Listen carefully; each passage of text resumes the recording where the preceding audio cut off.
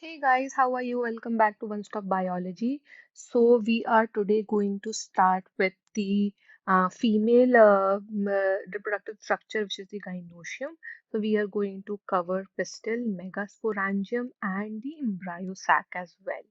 So I would like you to remember that we are at the chapter 2 of class 12th NCRT biology, and we basically are covering sexual reproductive in flowering plants. And I hope you would have covered the last video. In the last video, we have covered the male counterpart basically, right? So we studied microsporogenesis and microsporangium and what are the male parts exactly, what does the stamen look like exactly, right? So let's start with the pistil. So basically, gynoecium represents the female reproductive part of the plant.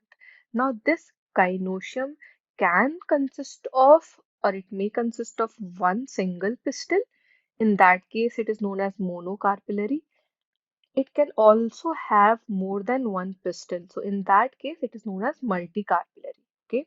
Now, when there are more than one pistil, these pistils may be fused together. So it is either syncarpous, so all the pistils are fused together, or it can be free, which is apocarpus. Okay. So it can be syncarpus or apocarpus. Here in the diagram, if you see, basically these are multicarpillary pistils wherein you can see that they in the first diagram here the pistils are fused together, right?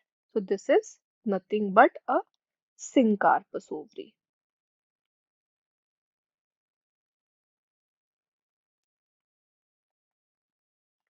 This is the stigma.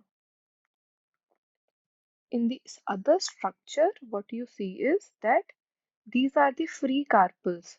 These pistils or carpels are free. Remember that pistils or carpels are the same structure, right? So they are free. So this is nothing but an apocarpus plant or apocarpus gynoecium.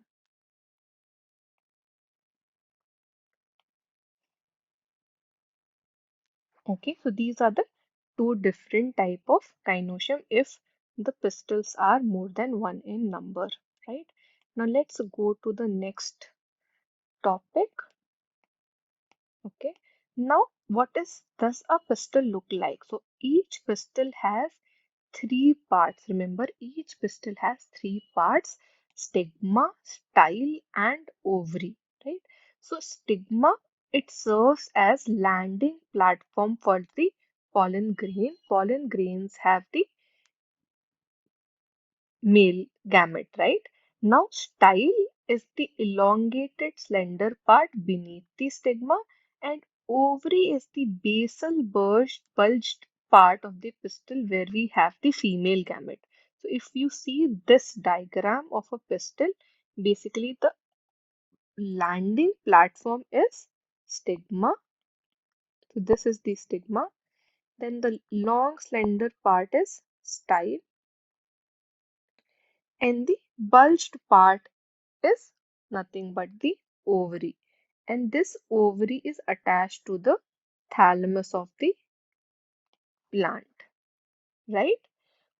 Now we, if you remember in class 11th one video, we have even studied different types of you know flowers depending upon how the ovary is attached to the thalamus and with respect to how the other floral arrangements are there, right? So this is nothing but a structure of the pistil. Now inside the ovary, what we have, so let's go to the ovary. So inside the ovary, we have ovarian cavity. We have the locule. So ovarian cavity is nothing but the locule, right? So the placenta is located inside that ovarian cavity. Remember that the placenta is located inside the ovarian cavity. Now, if you see that arising from that placenta is what? The megasporangia, which is nothing but the ovules, all right? And these megasporangia, these ovules in an ovary, it can be one or it can be many. So in plants like wheat, mango, it is one, but in plants like potato, watermelon, orchids, it is many in number, more than one in number, right? So we'll see what exactly this megasporangia is, what exactly this ovule is. So let's see what this megasporangia is. So the megasporangium or ovule is a small structure which is attached to the placenta by means of a stalk, and this stalk is known as funicle. Okay, so ovule basically is a small structure attached to the placenta by means of a stalk which is known as funicle. Now, the entire body of the ovule fuses with this funicle in the region called hilum. So, let's see the diagram. Let's study it through the diagram. Say this is the diagram of a typical ovule. Now, what we said that the ovule is a small structure attached to the placenta by means of a stalk. So, this stalk here is funicle. This is funicle. Okay, and the body of the ovule fuses with this funicle in the region called hilum. So this region basically, this region is hilum. Okay, now each ovule has multiple, one or many layers, and these are what protective envelopes.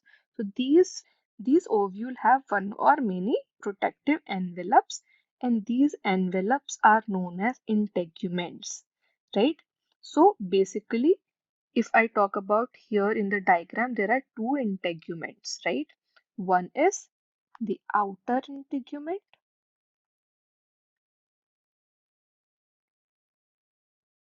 and the other one is the inner integument. So these are the protective covering, right? Now the next is what? So these integuments encircle the nucellus except at the tip. So here you can see that there is a tip where integuments are not there, right? So there is a small opening basically where we have what? Micropyle. This is micropyle. Okay, so what is happening is integuments encircle the nucellus except at the tip where there is a small opening called as micropyle, right? Now opposite to the micropylar end, so basically this end here is the micropylar pole or end. Now exactly opposite to the micropylar pole we have the chalazal pole. Guys, you will have to remember these terms, right? So opposite to the micropylar end, we have the chalaza, which is nothing but the basal part of the ovule. It represents what? The basal part of the ovule or microsporangium, right? Now, inside those integuments, enclosed within those integuments, we have a mass of cell, which is nothing but the nucellus. Okay, and cells of these nucellus have abundant reserve food material. So remember that they have food material. Now, in those nucellus, we have the embryo sac or the female gametophyte. So here inside that we have the embryo sac or the female gametophyte, which has the female gamete, right? So an ovule in general has single embryo sac, which is formed from what? A megaspore, right? So let's see what exactly a megaspore is and how is that female gametophyte formed, right? So let's go to the next topic, which is megasporogenesis. I hope you understood the complete diagram of the ovule. So let's see what megasporogenesis is.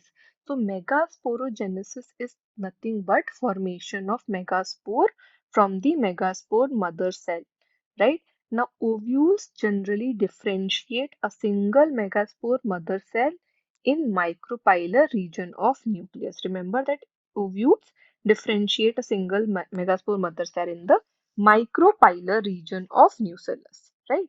So that is a large cell which contains dense cytoplasm and a prominent nucleus. So this megaspore mother cell basically undergoes meiosis. It undergoes meiotic division, and that results in production of four megaspore, right? That results in production of four megaspore. Remember that, right? So if you see the diagram here, remember that this is the micropylar end. Okay, so we have the nucellus and we have the megaspore mother cell. MMC is what we'll call it in short, right? So this megaspore mother cell divides meiotically, okay, and it forms what? Four megaspores. Again, in the next diagram, this is the micropylar end. Here also, this is the micropylar end. Okay, we have the nucellus, and here you can see that there are two cells. And here, if you see, there are four megaspore formed. We call it as megaspore tetrad.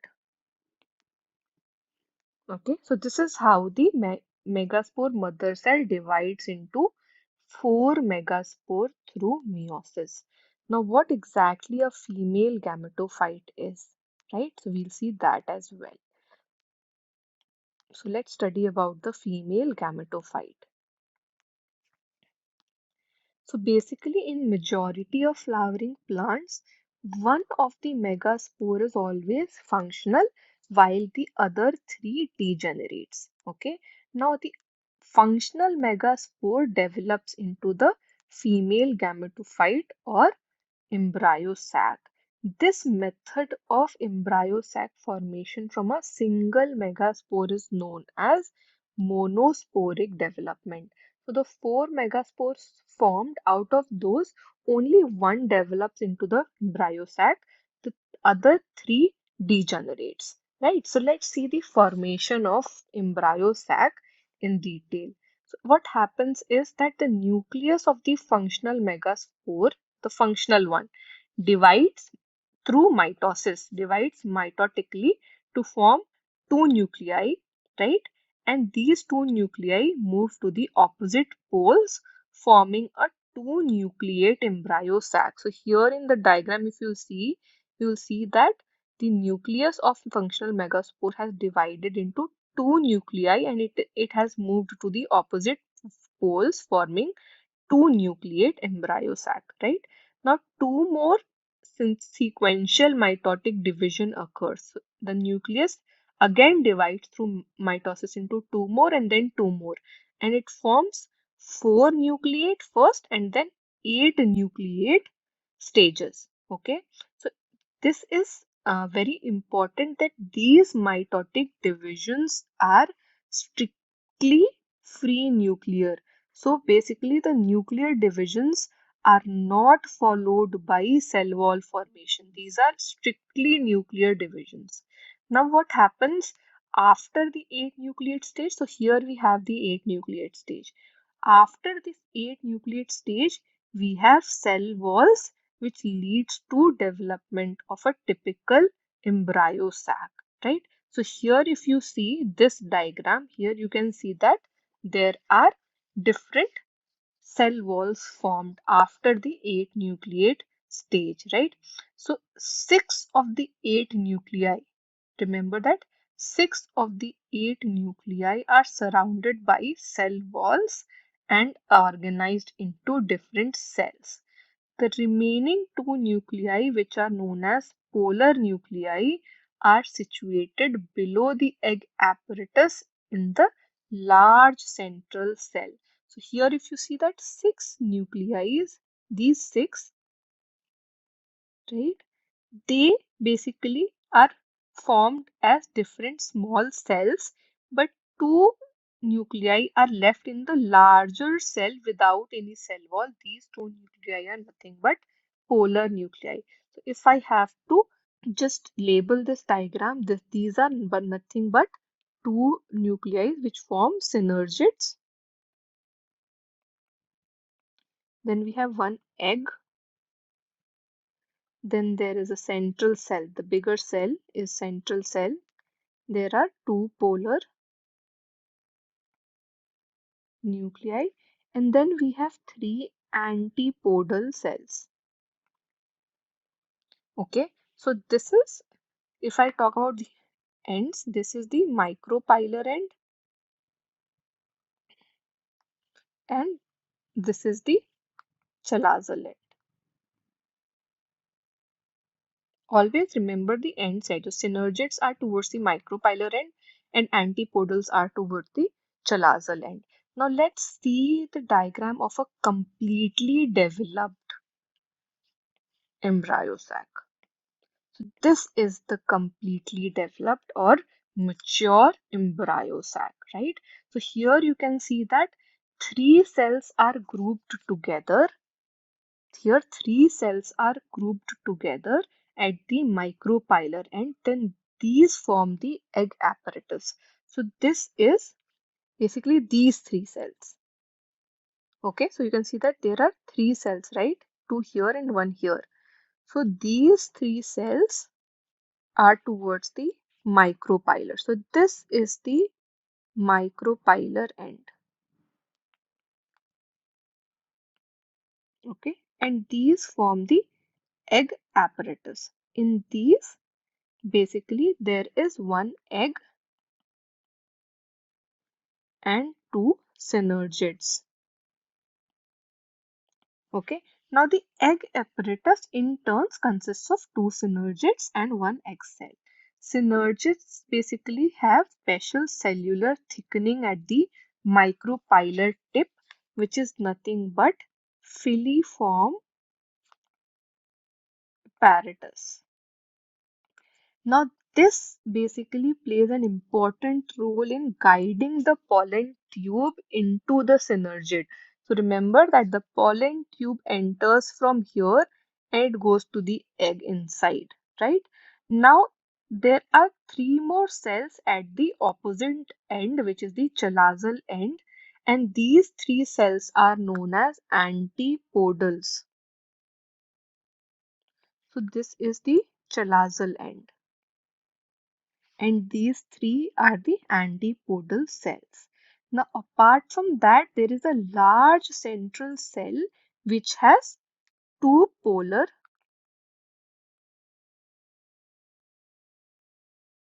nuclei. So, this is the central cell and it has two polar nuclei. So, remember that a typical angiosperm embryo sac after maturity has 8 nucleus.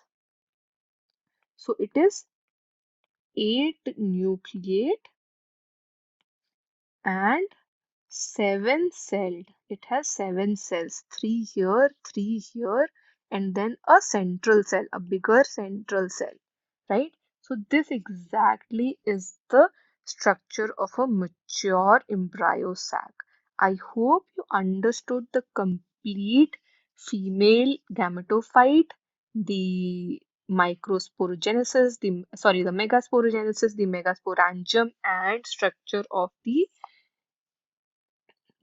embryo sac because it is important as later on when we'll be studying fertilization we'll study how does it gets fertilized exactly. Okay, so in the next video we will start with how pollination occurs exactly. I hope you understood the video completely. If not, please do let me know through comments or over the WhatsApp number that I've shared in the description of the video.